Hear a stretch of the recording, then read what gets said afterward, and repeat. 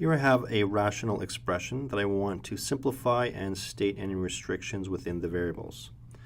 So I'm going to work with both the numerator and denominator at the same time, but separately, until I get to the point where I can perhaps cancel some terms.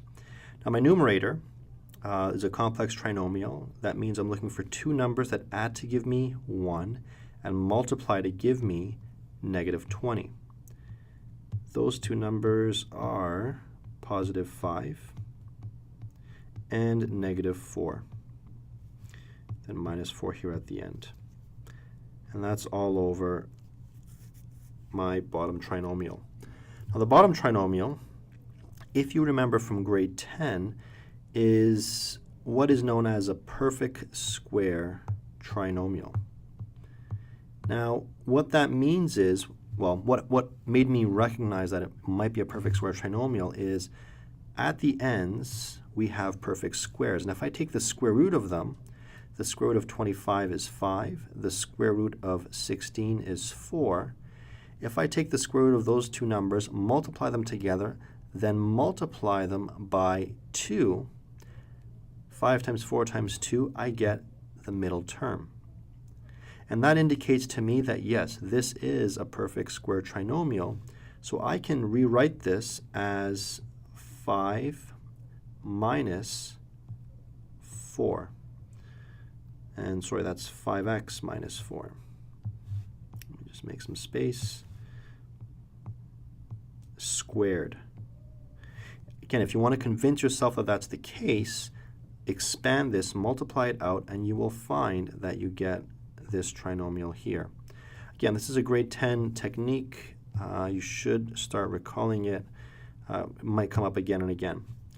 Anyways, at this stage, looks like we've taken care of the denominator. I'm going to state the restrictions actually at this point because I noticed that I cannot have 0 over here, but let's find out when that's the case. So if I have 5x minus 4 to be 0, well, I will get 5x to equal 4. I will get x equal 4 over 5. In that case, x cannot be 4 over 5, because if it is, I get a 0 denominator, and that doesn't work. And that looks like our only restriction right now. My numerator, let's continue factoring that. I'm going to factor by grouping. I have a 5x over here, x plus 1.